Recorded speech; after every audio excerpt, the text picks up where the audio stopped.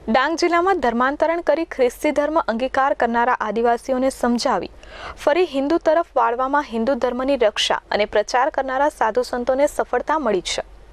સિવારી ગામે 12 જેટલા પરિવારો ખ્રિસ્તી ધર્મ છોડી ફરી હિન્દુ બનતા તેમની હોમ હવન કરીને શુદ્ધિકરણ કરી ઘર વાપસીનો કાર્યક્રમ યોજાયો હતો। ડાંગ જિલ્લો 95% આદિવાસી વસ્તી ધરાવતો પછાત જિલ્લો છે, જેમાં રહેતા લોકોને વર્ષોથી આર્થિક લાભ અને અન્ય પ્રલોભનો આપી ખ્રિસ્તી ધર્મ તરફ વાળવામાં આવે છે। જોકે આવા અસંખ્ય લોકોને આત્મસ્ફૂર્ણા થતા તેઓ ડાંગ જિલ્લામાં રહીને સનાતન ધર્મનો પ્રચાર અને રક્ષા કરતા હેતલ દીદી અને યશોતા દીદીનો સંપર્ક કરી ફરી હિન્દુ ધર્મ અપનાવી રહ્યા છે। દર વર્ષે આવા અનેક પરિવારો જે ખ્રિસ્તી ધર્મ છોડી ફરી સનાતન ધર્મને અપનાવવા માંગતા હોય તેઓ માટે પ્રથમ શુદ્ધિકરણ પ્રક્રિયા કર્યા બાદ તેઓની ઘર વાપસીના કાર્યક્રમ યોજાય છે। હાલમાં કોવિડ-19ની ગાઈડલાઈન મુજબ સમૂહમાં આવા કાર્યક્રમો ન કરતા તબક્કાવાર ઘર વાપસીના કાર્યક્રમો કરવામાં આવે છે। ડાંગના સિવારીમાળ ખાતે આવેલા યશોદા દીદીના આશ્રમમાં 12 યુગલોએ યજ્ઞ કાર્યમાં ભાગ લઈ શુદ્ધિકરણ કર્યું હતું। રામ રામ।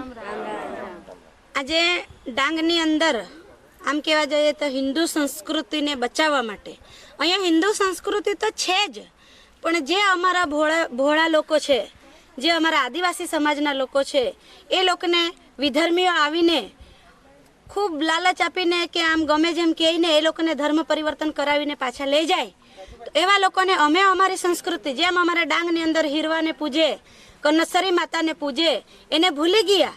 એ ભૂલ્યા કેમ? તો એ ચર્ચમાં જવાનું શરૂ કર્યું।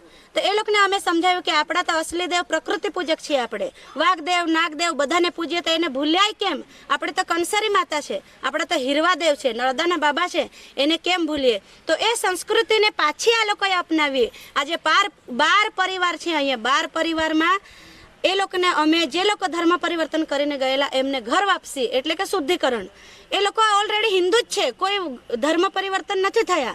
એ લોકો પહેલાંથી હિન્દુ છે, હિન્દુ હતા, પણ કોઈ વાત એવી થઈ ગઈ કે એ લોકો ચર્ચમાં જવા લાગ્યા। પણ આજે એ લોકોને ખબર પડી કે અમારા જે વાસ્તવિક દેવતા છે એ જ સાચા દેવતા છે, અમારી જે ધરોહર છે એ જ સાચી ધરોહર છે, અને અમારો સત્ય સનાતન ધર્મ એ જ સાચો ધર્મ છે। એને માનીને પાછા આ લોકો આવ્યા છે। એમને આપણે હવન યજ્ઞ કરીને શુદ્ધિકરણ કરી ઉનાઈ માતા પાસે લઈ જઈ અને ઉનાઈ માતાના દર્શન કરાવી, ગરમ પાણીમાં સ્નાન કરાવી। એમને પોતાને કીધું કે અમારે પાછું હિન્દુ બનવું છે। તમે કીધું તમે તો હિન્દુ જ છો, તો પછી તમારે શું જરૂર છે? તો કે નહીં, અમને એક મનને સંતુષ્ટિ થાય એટલા માટે અમારા માટે કંઈક કરો દીદી। એટલે અમારા એક અહીંયા સીતા માતા છે ટાકલીપાડાથી, એમના સંપર્કથી ને આપણા સંપર્કથી જેટલા બી લોકો અહીંયા છે 12 પરિવાર, એમાં 24 પતિ પત્ની તરીકે 24 છે, એક પરિવારમાં 5 લોકો 6 લોકો એવા હોય, તો એ લોકોનું શુદ્ધિકરણનો કાર્યક્રમ આજે છે।